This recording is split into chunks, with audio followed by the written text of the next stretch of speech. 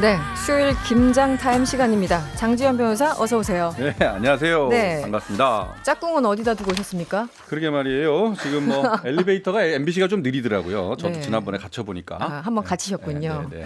지금 김수임 평론가가 열심히 뛰어 올라오고 있습니다. 여러분들 양해 부탁드리고요. 네. 장진영 변호사님 단독 컷을 보시고 싶으신 분들은 지금 유튜브로 생중계되고 있으니까요. 얼른 들어오시기 바랍니다. 네, 유튜브 들어오셔서 세계는 그리고 우리는 혹은 이승원 이렇게 검색하시면 우리 장 변호사님 얼굴 보실 수 있습니다. 네. 먼저 이걸 여쭤보려고 했었어요, 마침. 네. 김건모 씨 성폭행 의혹을 제기했던 유튜브 채널 가로세로 연구소가 또 무엇인가를 폭로했습니다. 김건모 씨 아내에 대해서 확인되지 않은 사생활을 강연회에서 했다고 하는데요. 이게 좀 반복돼요. 법적으로 문제 없습니까? 이런 식으로 일방적으로 얘기를 하는 게. 저는 이거 뭐 윤리적으로도 상당히 문제가 있지만은 네. 법적으로도 매우 중대한 위법 그리고 범죄 행위다. 네네. 이렇게 저는 봅니다. 네. 그래서 저는 이 가로세로 연구소를 뭐 자주는 안 보는데 가끔 뭐 이렇게 보긴 하는데 굉장히 우려되는 내용들이 과거에도 좀 있더라고요. 네. 뭐 전혀 이게 이제 명예훼손에 관련된 문제입니다. 그렇죠. 네, 명예훼손에 관련된 문제인데 사실을 말해도 명예훼손이 되잖아요. 네네. 우리나라는. 네네. 그런데 이게 공적인 인물에 대해서는 이게 공공의 이익이랑 결부가 되기 때문에 네. 처벌하지 않는 그런 조항이 있어요. 공적인 이익이 너무 크다면 이 정도는 양해해 주겠다. 그렇습니다. 네네. 그러니까 명예훼손이라는 것은 네. 개인의 사생활의 비밀의 자유를 보호해 주는 영역이고 네네. 근데 이게 충돌하는 게 뭐냐면은 표현의 자유예요. 국민의 알 권리나 표현의 자유, 네. 언론의 자유. 네. 이쪽하고 충돌하는 면이 있어요. 네네. 그런데 일반인의 경우에는 개인의 사생활의 자유를 더 엄격하게 보호를 해주지만 이게 공적인 인물의 경우에는 표현의 자유가 더 우선한다. 이런 이제 네. 미국에서 발전된 이론인데요. 근데 가로세로 연구소에서 나오는 의혹들이 대부분은 공적인 이익을 그렇게 담보하는 것인지. 그게 이제 문제죠. 네. 그러니까 첫 번째 두 가지가 있어야 돼요. 그 대상이 공적인 인물이냐, 네. 그리고 그 사안이 공적인 관심 사항이냐, 이 두 가지가 요건인데 네. 김건모 씨의 부인. 네. 이제 김건모 씨는 공적인 인물이라고 할 수 있어요. 네. 현직 가수고 굉장히 유명한 가수이기 때문에. 그런데 그 부인이 공적인 인물이냐? 미국 판례에서도 유명한 배우의 부인이 공인이다라고 본 사례가 있긴 합니다. 그렇습니까? 네, 있긴 합니다. 그런데 여기서 뭐 그 정도까지 양보한다 하더라도 네. 이게 과연 공적인 사안이냐? 이 공적인 관심 사항이라는 게 뭘 말하냐면요. 가장 대표적인 게 범죄예요, 범죄. 범죄. 네, 어떤 사람이 범죄를 일으켰어요. 유명한 사람이 범죄를 일으켰어. 네. 음주운전을 일반인이 하면 별로 뉴스 가치가 없지만 네. 유명한 사람이 음주운전을 했어요. 범죄잖아요. 그렇죠. 그런 경우에는 공적인 관심 사항이다 이렇게 볼 수가 있어요. 그래서 또 그것은 이제 뭐 적시해도 괜찮은데. 그런 경우에는 그 표현의 자유 네. 이 부분을 더 보호를 하는 그런 네. 이제 원칙이 있는데 이 김건모 씨의 부인이 이제 과거에 뭐 저 사생활이잖아요. 남자랑 그렇죠. 관련된 사생활. 네. 이게 무슨 공적인 관심 사항입니까? 알고 싶으세요? 네? 이 부분을 뭐 알고 싶은 사람이 누가 있어요. 그래서 관심 없는 사람들이 많겠죠. 이거는 네. 공적인 관심 사항이 아닙니다. 네. 그래서 이거는 공익을 이유로 해서 명예훼손이 위법성이 조각되는 처벌이 안 되는 그런 사유에 해당하지 않습니다. 그런데 그래서 저는 법적으로 제재가 강력하지 않기 때문에 자꾸 이런 얘기들이 나오는 게 아닐까요? 예, 저는 김건모 씨 측에서 굉장히 좀 용기를 가졌으면 좋겠어요. 네. 이건 용감하게 좀 싸웠으면 좋겠고요. 제가 그러니까 정치만 안 하면 저는 좀 가로세로 연구소 좀 손 좀 봐주고 싶은 생각이 있는데. 둘 다 하시면 되잖아요. 네? 둘 다 하시면 안 됩니까? 아니 제가 그러니까 너무 바빠 너무 몸이 바빠서. 하다 보니까 보기만 보는 거 아닌가요? 네? 보기만 보는 거 아니에요? 손을 본다고 해놓고. 손금 본다고. 네네. 네. 이 사람이 지금- 늦게 와가지고 지금 지금 이상한 소리 하고 등장한 그래요. 목소리는 김수민 평론가였습니다. 언제 왔어요? 드디어 네, 왔습니다. 와 있었습니다. 네. 그래요? 일부러 조용필처럼 늦게 나오는 거예요? 아, 네. 알겠습니다. 김수민 평론가 왔으니까 본격적인 얘기를 좀 해보죠. 황교안 대표가 신년 기자회견을 열었는데 여러 가지 얘기를 했습니다. 현역 의원 50%를 교체하겠다. 2040 세대 정치인을 30% 공천하겠다. 그리고 뭐 1대1 영수회담 얘기까지. 김수민 평론가 어떻게 보세요? 1대1 영수회담 총선 앞두고 뭐 정부나 청와대에서 해줄 리는 없다고 보고요. 그러니까 내가 문재인 대통령에 맞서는 제1인자다. 이걸 한번 부각시키고자 하는 발언이었다고 보는데 네. 물갈이 공천에 대한 얘기는 좀 있습니다. 현역 의원 교체한다, 2040 정치인 많이 공천한다 네. 했는데 2040 정치인을 과연 어디에 공천할 거냐? 당선이 어느 힘든 지역에? 지역에 네. 공천할 건지 현재 이제 TK 대구 경북 지역에서 반 이상 교체를 할 수도 있다 이런 얘기를 김영호 위원장이 또 했거든요. 네. 그렇다면 뭐 그런 데서 교체를 한다면 좀 진정성이 있다라고 진정성이 볼 수 있는데. 있겠지만 과연 어느 지역일지 그리고 이제 방금 얘기 나왔던 TK 지역 50% 교체 이거는 좀 가능성이 있어 보여요. 네. 네, 이 지역은 워낙에 자유한국당 지지율이 높은 지역이고 누가 나와도 당선 가능성이 높기 때문에 사실 무소속으로 현역 의원이 따로 독자 출마를 해도 승산이 크게 없습니다. 네. 그리고 네, 네. 설령 이기는 사람이 있다 한들 그 사람은 총선 뒤에 재입당할 수도 있는 거죠. 그래서 저는 TK 지역의 자유한국당 공천 물갈이 확률은 높은 편이다라고 전망을 합니다. 어찌됐든 2040 정치인 30% 공천을 TK 지역처럼 그 자유한국당에서 굉장히 강한 지역에 보내야지만 진정성이 인정받는다. 뭐 이런 입장이신 것 같고요. 장지영 변호사님은 어떠세요? 현역 의원 50% 교체 등등. 네, 상당히 파격적인 아니긴 한데요. 네. 그런데 우리가 선거 때마다 신인 공천 뭐 이런 얘기를 많이 하지만 현역 물갈이 이런 얘기는 하지만 우리나라만큼 현역 물갈이 교체 비율이 높은 나라가 높죠. 없어요. 네. 그냥 해도 50%는 넘어요. 네, 네. 그냥 해도. 그냥 해도 네. 특별히 이렇게 주장하지 않아도. 네. 네. 그냥 50%가 넘기 때문에 이게 이제 이 공천을 그렇게 하겠다는 것 자체가 의미가 없는 건 아니나 저는 바꾸면 뭐 합니까? 새로운 인물 갖다 꽂아놓으면 또 뭐 지금도 그렇게 50% 이상 교체된 인물들이 지금 국회를 구성하고 있는 거거든요. 20대 네, 국회를. 네. 근데 바뀌었나요? 뭐 저는 행태나 내용이 바뀌지 않았다. 물이 바뀌지 않는 한 고기 밤나 바꿔봐야 네. 별로 그물에서 또 썩는다. 물갈이가 중요하다. 판갈이가 중요하다. 네. 알겠습니다. 황교안 대표가 오늘 또 이런 얘기를 했어요. 통합은 의무다. 한마디로 선택이 아니라 의무다라는 얘기인데요. 관련해서 오늘 흥미로운 여론조사가 나왔습니다. 그러니까 통합 보수신당이 창당이 된다면 그러니까 이제 새로운 보수당과 자유한국당이 합당한다면 그 지지율이 한국당 새 보수당 지지율을 합친 것보다 10%포인트 정도 더 빠진다라는 거예요. 한마디로 시너지가 없다. 수치만 보면 그런 여론조사 결과가 나왔는데 어떻게 보십니까? 왜 이런 결과가 나왔을까요? 김수민 평론가. 네, 일단 정치 수학이라는 게 있습니다. 정치 수학? 예, 정치에도 네. 수학이 있거든요. 네. 지금 장진영 변호사 바른미래당 관계자로 앉아 계시지만 네. 국민의당 바른정당 통합할 때에 처음에 통합 논의 나올 때 국민의당 40석, 바른정당 20석이었거든요. 네. 제가 통합 논의 때 얘기를 했어요. 40대 20이 30이 될 거다. 40 더하기 20이. 네. 그러니까 40 더하기 20이 30이 될 30. 거다. 근데 네. 실제로 결국은- 그렇게 됐어요. 거의 비슷하게 28석 정도에서 출발을 했었죠. 네, 장 변호사님 네. 인상 쓰기 시작했어요. 네, 아무튼. 그래서 네. 저는 이제 일단 예상이 가능했던 거는 자유한국당 더하기 새보수당 지지율만큼 안 나온다. 통합했을 때. 예, 그거는 분명히 예상이 되는 건데 네. 이 조사가 특이한 거는 자유한국당의 원래 지지율보다 더 낮게 나왔다는 거예요. 네. 이거는 근데 저는 좀 해석하기가 어려운 게 보니까 자유한국당 지지율이 빠졌다는 얘기인데 그러면 이 경우에 우리가 상식적으로 생각할 수 있는 거는 우리공화당 쪽으로 네. 갈 것 같죠. 근데 우리공화당 지지율이 그렇다고 올라가지도 않았어요. 크게 올라가지는 않았습니다.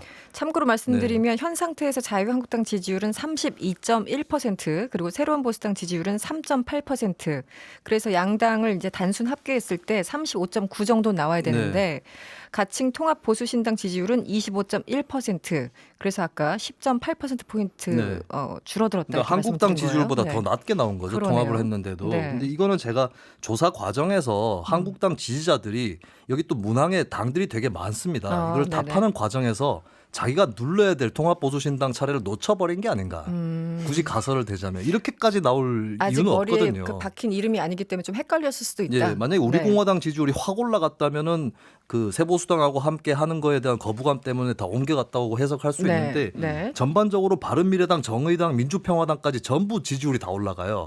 그렇군요. 이거는 이제 자한당 지지자들이 좀 네. 잘못 누른 게 아닌가, 누를 기회를 놓친 게 아닌가. 네. 예, 그리고 무응답이나 보류층이 확 올라간 것도 아니었습니다. 지금 청취자분 중에서 지적하시는 분이 있었는데 네. 그것도 아니더라고요.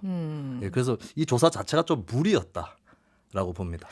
조사 자체가 무리였다. 예, 예. 네. 당이 근데- 너무 많이 나와요 여기. 근데 예전에도 그 바른정당하고 국민의당 합당할 때도 이렇게 조사를 했었어요. 네. 그래서 단순 합계 뭐 높아졌다 떨어졌다 이런 얘기를 했었는데 장 변호사님은 어떻게 보세요? 이 결과? 그러니까 이제 오늘 이게 리얼미터 조사죠. 네, 조금 이따 읽어드릴게요. 예, 그런데 네. 저도 보고 좀 의아했어요. 제일 많이 이게 통합보수신당이 출연했을 때 제일 수혜를 보는 당은 바른미래당으로 돼 있더라고요. 갑자기 그냥 3%가 뛰고 네. 정의당이 또 한 2%가 뛰는 걸로 돼 있어요. 네, 바른미래당이 4.4에서 7.1%로 올라간다 이렇게 그렇죠. 나왔어요 수치상. 네, 예, 한 3% 가까이 뛰죠. 네, 네. 그런데 이제 바른미래당이 뛰는 거는 좀 이해가 돼요. 그죠? 바른미래당이 통합 보수 쪽으로 안 갔구나, 보수가 아니구나. 그래서 이제 중도가 바른미래당을 지지한다. 뭐 이런 네. 가설이 가능한데 네. 정의당이 왜 뛰죠? 좀 이해가 안 돼. 그러니까 민주당 지지율도 떨어져요, 같이. 그래서 네. 이게 조사 자체가 저도 이게 좀 설명하기가 어려운 어렵다. 조사다. 근데 이제 하나 추정을 한다 그러면 가설을 하나 한다 그러면 이제 그 보수를 지지하던 사람들이 네. 이 새로운 보수당이랑 이렇게 통합하는 게 마음에 안 들어서 이제 무당층으로 빠지는 네. 좀 이게 지켜보자. 그럴 관망하는 수도 쪽으로 빠지는 걸로 보야죠. 그렇게 볼 수밖에 없는데 전 사실 논리적으로는 이해는 잘 안 되죠. 안 된다. 네. 다시 해야 될 것 같은데요. 네. 조금 전 말씀드린 여론조사는 리얼미터가 오마이뉴스 의뢰로 21대 국회의원 선거 정당 지지도를 묻는 조사였습니다. 지난 20일에서 21일 양일간 전국 만 18세 이상 성인 1,002명을 대상으로 했고요. 유무선 ARS 그리고 무선 전화 면접 방식으로 진행이 됐습니다. 95% 신뢰 수준에서 표본 오차는 플러스 마이너스 3.1%포인트였습니다. 보다 자세한 내용은 중앙선거 여론조사심의위원회 홈페이지에서 확인하실 수 있습니다. 네. 네. 판도라의 상자가 열린 것 같아요. 확 쏟아져 나옵니다. 여론조사를 한번 하고 개요가. 나면 굉장히 힘들어요. 네. 보험 광고 같아요 항상. 어찌됐든 이 수치에 근거한다면 보수 통합을 지금 시도하는 측에서는 안철수 대표가 또 그리운 거 아니냐 이렇게도 볼 수 있을 텐데 어떻게 보십니까? 그렇죠. 안철수 대표가 중도층으로부터 받는 그 일정 정도 지분이 있기 때문에 그 부분 그다음에 이제 확장성 네네, 뭐 이런 것 그렇죠. 때문에 네. 보수 대통합 쪽에서는 굉장히 간절하게 바라고 있죠. 근데 저는 그건 이제 함정이라고 생각합니다. 함정이다. 그렇죠. 안철수 대표가 주변에서 실제로 그쪽으로 가자고 하는 사람들이 많이 있었잖아요. 네. 안철수 계라는 네. 안계라는 의원들이 그렇게 했었는데 그렇게 가면 한번 진중호 교수가 그렇게 했잖아요. 그 추인검이다. 영입되는 인사들을 추인검이다. 일회용 추인검이다 그랬는데 안철수 대표가 추인검이 되는 거다라고 저는 봅니다. 그렇게 보시는군요.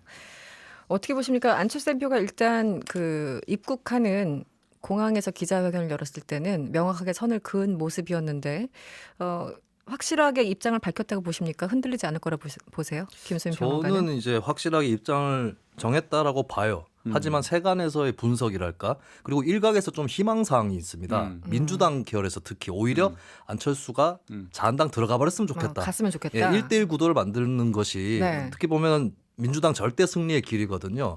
그런 측면에서 박지원 의원도 그렇고 좀 약간 희망사항이 있는 것 같아요. 근데 네. 현재 행보로 봤을 때는 일단 공항에서 선언을 했고 네. 그리고 이제 오늘도 보니까 뭐 경실련이라든지 이쪽 관계자들을 만나고 있어요. 네. 뭐 참여연대 출신의 김경률 회계사나 네, 그랬죠. 이것은 이제 우클릭하지는 않겠다라는 선언으로 봐야 될 것 같습니다. 그래서 알겠습니다. 보수 통합에는 응하지 않을 거다라고 봅니다. 그런데 네. 또 다른 관측이 있어요. 그러니까 안철수 대표가 지금 김수민 평론가 얘기대로 말로는 확실하게 중도 실용주의 정당으로 가겠다, 제3지대에 있겠다 이렇게 말은 합니다. 네네. 그런데 지금 같이 하고 있는 뭐 어저께도 그 어떤 방송에서 단독으로 보도를 했는데 변혁 그러니까 유승민계 쪽이랑 같이 네. 보수 대통합에 가려고 하는 그쪽의 국회의원들하고 같이 이제 회동을 하고 그분들의 지금 도움을 받고 있어요. 실제로도. 그러면 이 말하고 자 그러면 그분들은 안철수 대표가 지향하고자 하는 방향이랑 다른 방향으로 가려고 했던 사람들이란 말이죠. 그분들은 지금 새로운 보수당에 들어가 있는 사람들입니까? 아니죠. 새로운 보수당이랑 바른미래당 새로운 보수당 간 사람들하고 네. 바른미래당에서 같이 네. 뭔가를 했던 사람 변혁이라는 모임을 했던 사람들이죠. 변혁 사람들. 네, 네, 변혁을. 알겠습니다. 네. 그러니까 이제 안철수계 의원들이잖아요. 네네. 비례대표 의원들. 근데 그분들이 안철수 의원의 지금 워딩하고는 방향이 다른 행동을 했던 결이 사람들이란 다르군요. 말이죠. 네네. 보수 대통합 쪽에 관심이 많았던 네네. 사람이니까. 그러면 그 부분에 대해서 입장 정리를 분명히 좀 해주고 당신들이 잘못했다. 라고 해서 나 그쪽으로는 안 하겠다라는 다짐을 받든지 네. 이렇게 정리를 한 다음에 같이 뭘 한다든지 하면 이해가 되는데 그런 과정이 없이 그냥 들어오자마자 그분들이랑 같이 하고 있단 말이에요. 그러면 말 따로 발 따로예요. 정리하려고 만난 게 아니었을까요? 그러면? 글쎄요. 네. 그런 것 같아 보이지는 않고요. 그래서 그렇습니까? 정치는 말이 아니라 발을 봐야 된다 그러거든요. 네네. 그런 점에서 상당히 저는 우려되는 면이 있다라고 봅니다. 그러면 계속 좀 여쭤볼게요. 그 28일 바른미래당 의원들하고 안철수 전 대표하고 만난다고 하는데요. 여기서 뭔가 입장이 확실하게 나올까요? 어떤 워딩을 기대하십니까? 이제 처음 만나는 건데 네. 그래서 저는 뭐 별다른 얘기가 나오기는 어려울 거라고 봅니다. 이렇게 17명 의원들이 중에 얼마나 가실지 모르겠는데 네.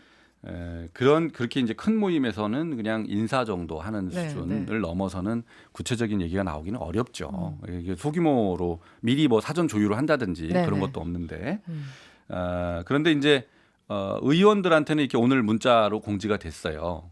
그런데 이제 손학규 대표한테는 아무런 얘기가 없는 거예요. 그러니까 이제 저도 그랬군요. 곤혹스러운 게 기자들이 자꾸 의원들한테는 가는데 왜 손 대표한테는 연락이 없는 거예요? 말이 안 되잖아요. 막 네. 이제 이런 얘기를 하는데 실제로 없어요. 그러니까 의원들한테 단체로 문자 다 보냈는데 공지를 했는데 예. 손 대표님한테는 없었다. 그렇죠. 당 대표한테는 음. 아무런 얘기가 없고 의원들을 먼저 이제 만나는 모양새인데 네. 이거는 이제 손 대표 입장에서는 공항에도 사무총장, 부총장 보내서 꽃도 보내고 환영하는 메시지도 공적으로 말씀하시고 저도 이제 현충원에 가서 비서실장으로서 네.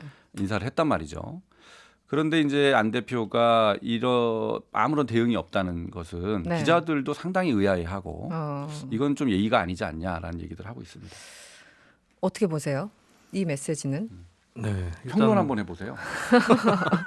손학규 대표하고 관계 정립 이게 도대체 어떻게 될 건지 네. 일단 가장 임박해 있는 관심사잖아요. 네, 보통 그냥 생각하기에는 일단 와서 손 대표 먼저 만나고 네. 뭐 가부간에 좀 결정 서로 방향을 좀 하고 그리고 의원들을 만날 것이다라는 생각을 했었는데 그게 또 네. 아니네요. 지금 말씀 들어보면. 이게 좀 네. 뒤에 만난다는 게 손 대표에게 무게를 실어주는 의미인지 아니면 무시하는 건지 이걸 네. 좀 알 수가 없을 것 같고. 네. 근데 저는 분명하게 얘기할 수 있는 거는 이제 바른미래당 창업주를 자처하는 안 전 대표가 네. 신당 창당이라든지 손학규 대표를 그냥 밀어내는 방법으로 간다면 그거야말로 대표적인 구태 정치로 낙인이 찍힐 거다. 예, 그렇게 보거든요. 그래서 알겠습니다. 예, 신당 창당이란 방법이라든지 손학규 패싱 이것은 굉장히 오히려 안에서부터 자신의 기반을 흐트러뜨리는 그런 결과로 갈 거다. 일단 그렇게 형식적인 면도 이거는 자신 있게 얘기할 수 있습니다. 중요하죠. 이분 얘기 좀 해볼까요? 민주당에서 이분의 복귀가 이슈입니다. 임종석 전 비서실장. 민주당 첫 번째 정강정책 연설자로 나섰어요. 앞으로 어떻게 되는 걸까요? 김신 평론가? 그렇게 불출마뿐만 아니라 갑자기 통일운동에 매진하겠다라는 네. 파격적인 선언을 했거든요. 근데 그러고 얼마 안 돼가지고 다시 만약에 출마를 한다 이렇게 되면은 이건 망신이라고 보고 민주당 입장에서도 부담이 많이 될 거라고 봐요. 그래서 임종석 전 실장이 출마하지는 않을 거다라고 네. 내다보고 그리고 정치인이 뭐 국회의원 말고도 할 수 있는 자리들은 많이 있지 않습니까? 영역은 많죠. 네, 네네. 뭐 입각도 있을 수 있고 네. 또 다음 지방선거도 있기 때문에 그래서 일단 정강정책 연설자로 나오는 거는 문재인 정부가 아직 건재하다. 내가 전 청와대 비서실장으로서 나선다. 이런 의미일 거라고 봐요. 상식적으로는. 예, 출마의 수순은 아닐 거다. 만약에 출마로 간다면 또 굉장한 총선을 앞두고 잡음이 일어날 거라고 봅니다. 번복하지 않을 것이다. 변호사님은 어떻게 예상하십니까? 저 길게 봐야 될 것 같은데요. 지금 이제 정세균 의장이 종로에서 뭐 비킬 그런 기미가 안 보이니까 네, 네. 나름대로 종로로 이사까지 했다가 그랬었죠. 포기를 한 거 아니에요? 그런데 정세균 의장이 갑작스럽게 총리로 가는 바람에 네.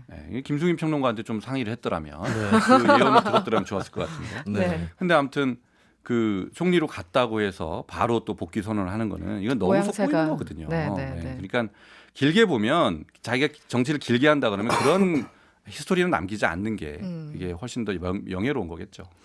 그럼 어찌됐든 이번 선거 과정에서 캠페인에 참여는 할 수 있잖아요. 어떤 식으로든 그 정도는 네. 할 수 있다. 그렇죠. 선거운동 도와주고, 지원 유세라든지 지원 유세. 이 정도는 할 수 있고 정강정책 연설이 그 일환이죠 이미. 네, 그렇죠. 시작이다.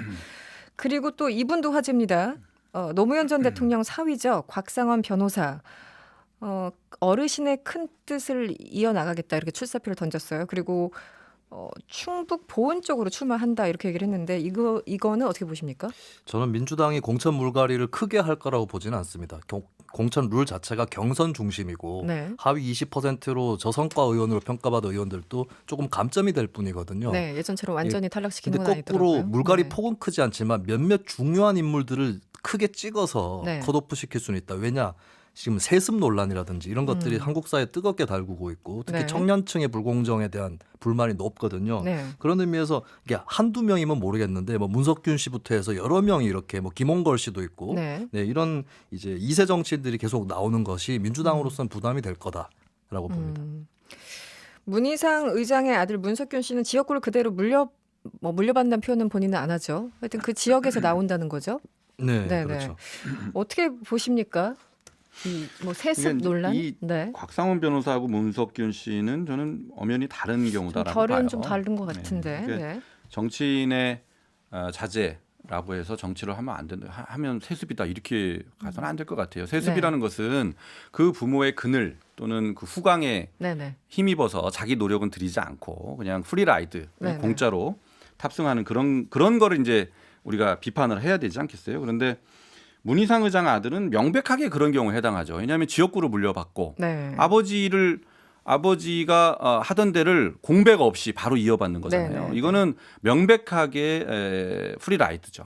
예? 예. 그래서 이거는 당연히 지탄을 받아야 되는 것이고요. 네. 그러나 이제 곽상원 변호사 같은 경우에는 뭐 충북 보훈을 왜 나가기로 했는지는 잘 모르겠지만 네. 아버지의 지역구하고 전혀 관계다. 저 장인어른이죠. 네, 돌아가신 네. 장인어른과도 전혀 관련이 없고 그렇다는 점에서는 저는 뭐 이거를 세습이다라고 해서 비난하기는 같이 좀 어렵다. 뭉뚱그리기는 어렵다. 네. 네. 구별해서 봐야지 되죠. 알겠습니다. 오늘 지각한 김수인 평론가 네. 마지막 1분 남았습니다. 네. 해주실 발언 있습니까? 방금 세습에 대한 얘기가 나왔는데 네. 이제 단순히 아버지가 하던 일을 아들이 하고 딸이 한다고 해서 문제가 되는 건 아니죠. 근데 저는 우려가 되는 건 이제 세습 의원의 비율이 일본처럼 늘어날 거다. 네. 이런 전망이니까 추세가? 누구나 정치를 하기가 어려워지는 그런 어. 것들을 반영하는 건 분명히 있고 그리고 민주당 지지층도 장제원 의원, 네. 뭐 나경원 의원이라든지 이렇게 좀 적진을 비난할 때 세습 얘기를 했었거든요. 근데 네네. 이게 일반론적으로 한국 사회에 통용이 될 거기 때문에 민주당도 마냥 이게 그렇게 문제는 아니다라고만 넘어가기는 어려울 거다. 어렵다. 예, 아니 네. 아까 김수임 평론가 오시기 알겠습니다. 전에 네. 가로세로 연구소 얘기를 했는데 예. 좀 너무 빨리 넘어갔어요. 저는 꼭 이 얘기를 하고 싶었어요. 네. 10초 남았습니다. 네. 뉴스 가치가 있는 것만으로 그 사람이 공적 인물이 되는 건 아니다라는 유명한 격언이 있습니다. 알겠습니다. 그 말하고 싶습니다. 장지현 변호사, 김수민 평론가였습니다. 고맙습니다. 감사합니다.